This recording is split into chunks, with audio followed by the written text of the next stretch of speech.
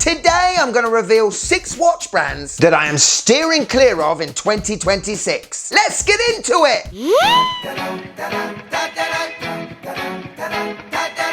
Yes, and welcome to the Mad Watch Collector Show. And today, yes, it's time for a rant. Pre-warning, I may say some naughty things about your favourite watch brands. But please don't take it personal. I am, once again, not having a go at your firstborn or taking the mickey at your mother-in-law. This is literally my opinion, something that could change in 2027, but really, I doubt it. Some of these brands I used to love, some brands I just won't buy out of principle now, and other brands I'm just completely confused about these days. So, buckle up, and as they say in Universal Studios, enjoy the ride! Are you not buying these watch brands ready? Let's go!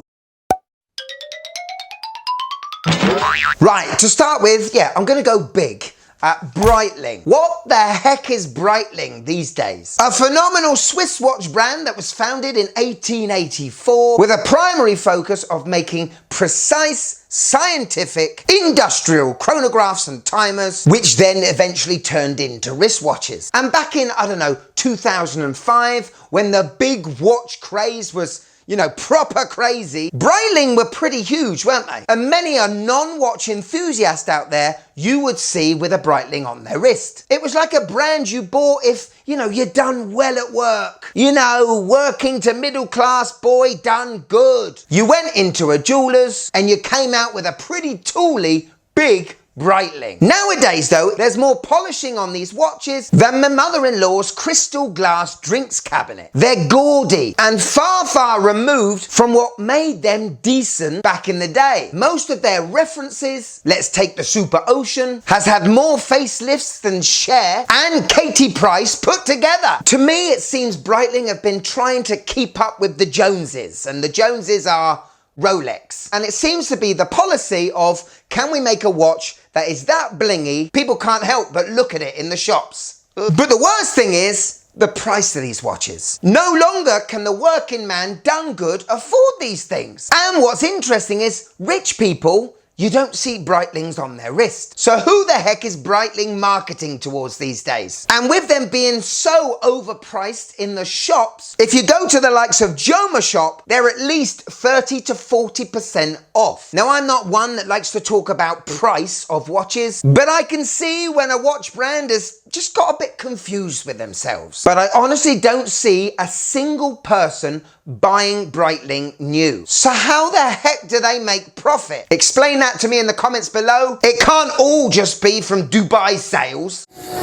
Next brand, bit controversial, but Timex. Now, recently, Timex have been smashing it, haven't they? Making some fantastic reissues of their older, phenomenal watches. Ever since they brought out that Q Timex model they have been doing very well. And if you're spending around 100 to 250, 300 pounds, Timex are there with a phenomenal watch. However, recently, I reviewed an absolute Casio ripoff, the TW2W68600, otherwise known as the Casio Royale Clomage. Not only did they try to make an AE1200, they wanted to charge you £20 more than the Royale. And it's only half as good. And this is not the first time Timex has done that with digital and quartz watches when it comes to copying Casio or G-Shock. Either stick to your lane, Timex, or come out with better versions of the Iron Man. They've got great digital watch history. So why the heck are they doing stuff like this? And it doesn't matter what the brand does and what great watch they come out with, tomorrow I'm gonna still see that Casio Royale clone deep etched in the back of my brain. And one more thing on Timex,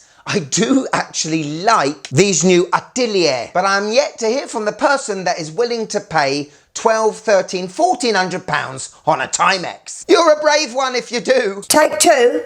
Let's see a little more originality, shall we?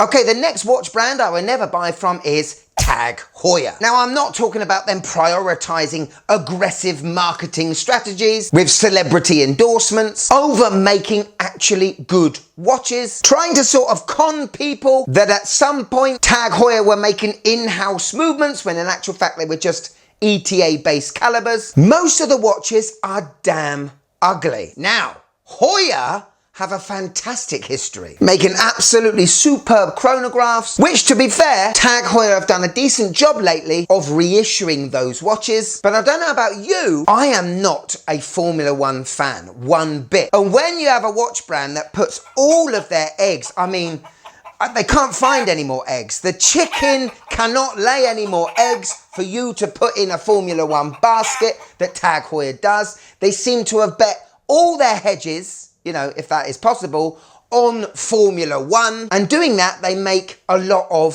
sports chronography watches. For example, one like this.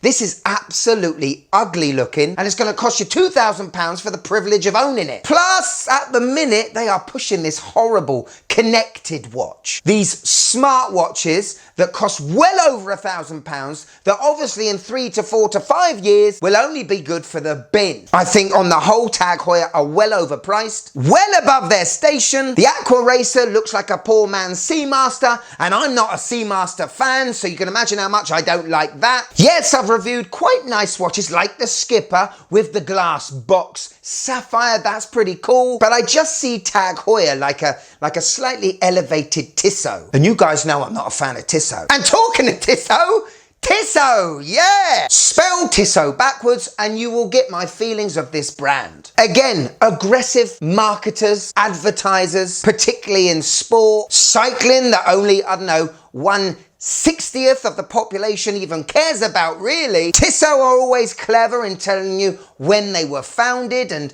if I had a brand that was founded in the 1800s, I'd probably do that as well. Their brand logo is very clever, pretty much the Swiss flag. And for any Joe or Josephine public in the street wanting to buy a decent Swiss watch from a brand that's been around for a while, come on down to Tissot. But for me personally, I think Tissot make the most soulless watches on the market. Not only do most of them look like fashion watches or AI generated watches, but there's no aura about these things at all. And most of the reason why you buy a Tissot is from all the marketing around it. The majority of their watches to me look cheap, barring, you know, possibly the Gentleman. But Tissot are a strategic company owned by the Swatch Group to get you on the Swiss ladder. Just my opinion.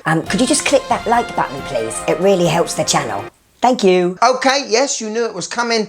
Tudor. I've got fed up with Tudor. I predicted in a show 2-3 months ago that Tudor were going to bring out a 39mm Black Bay Chrono. It's obvious. They've milked the public out of this huge Black Bay Chrono for long enough. There's not many people buying them anymore, even after giving them a pink dial and a flamingo blue. Tudor are the brand that make watches that look like something that is very close to what you're looking for, but the size is well off, and you just accept it and buy it, only to have Tudor 2 or 3 years down the line make the watch in the size that you wanted all along. But to mug the consumer off even more, they brought out this Black Bay Chrono 39 in one colour dial, and that is yellow. The worst colour you could ever make on a dial. And yet influencer after influencer, you know, the ones that are also authorised dealers, are praising this release, calling it as Rolex killer. I mean, who are they kidding? I mean, Rolex owns Tudor. We know Big Daddy Rolex are calling the shots on this little guy. Yes, Daddy? I'm really not bothered about the brand anymore. Will it change in 2027?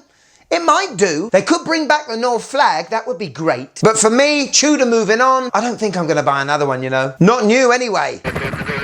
Now, this is a brand you haven't heard me say before, but Breguet. Yeah, founded by Abraham Louis Breguet in like 1775 and is widely, you know, considered as the pioneer when it comes to watchmaking, transforming horology by inventing, you know, mechanisms still used today, like the tourbillon, the first self-winding movement, the overcoil, which is a modification to the balance spring where the outer coil is raised, reduced in a diameter, and allows the spring to breathe, improving the accuracy of the watch. In 1790, they made one of the first anti-shock mechanisms. They made the first wristwatch in 1810. Honestly, the list goes on and on. And the more I look into Breguet, the more fascinated I am with the brand, you know. But the one question I ask to the Swatch Group, because they're the ones that own them, why aren't you telling us about this? Where's the marketing budget? Oh yeah, it's gone to Tissot. Breguet should be right up here, Swatch. Omega.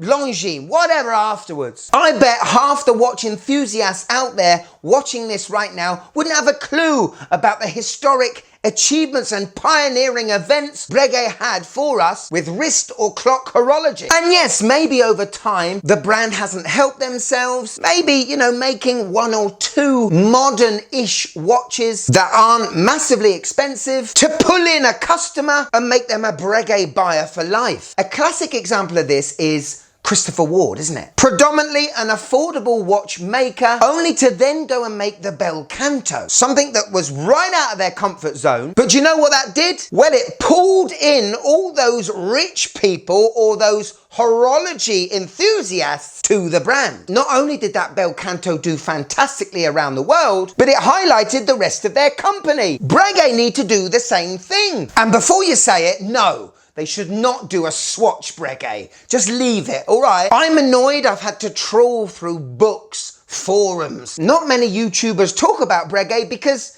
they're not sexy. You know, LeBron James doesn't wear one. But all you need, Breguet, is someone like Henry Cavill, which is showing off, okay, more recently than his watch, if you know what I mean. But, you know, I get it. I get it. A brand like Breguet shouldn't have to do all these horrible tactics that these successful brands have done in the past. But that is why they have been successful. Like I said, Tissot, all mouth, no trousers. Breguet could be all mouth with the trousers. As a wristwatch reviewer, you know, and a horology enthusiast in general, I think I need to know about them. And I think you do too. Now, I'm not saying I'll never buy a Breguet. Not 100% sure they go well with a tennis coach's uniform, but I want to love Breguet more. Because without Breguet, you probably wouldn't have that watch on your wrist right now. Just saying. Oh, my God, it's hot. What a rant, eh? Like I said at the start, I'm not having a go at you personally. It's just my opinion on these brands. But sometimes when I get people asking in the comment section of the shows, you know, things like, what do you think about the Tissot? Stop! What do you think about the Tag Heuer? No! Timex just done a new digital? Definitely stop! But today's show is a therapy session, you know? Time for you guys in the comments below to give me the brands that you don't like or the brands that you won't be buying from in the future. And don't worry, you can say Seiko. I'm not going to be hurt mentally, emotionally, or physically. Just as long as you don't mention the land shark. All right, that's an icon. But this is what makes the world go round, doesn't it? Some people love this, other people love this. And how boring would it be if most of the watches looked the same? You know? Terrible. Wouldn't be a hobby then. It would be a weird cult. And I don't want to be a part of that. Hey, if you've watched till the end, well, you are absolutely legendary. I salute you, sir and madam. The more and more I do of these shows, though, I'm going to have less chance of being invited round the Swatch Group house for a sleepover. Bothered. If you'd like to show a bit more support to the Mad Watch Collector channel, we got a Patreon now. See the shows early, blooper reels, behind the scene footage, private group chat, and get your name credited at the end of every show like this phenomenal lot. But if I got you here for a few more minutes, and I hope I do, because this is good. This is a proper reality check, people.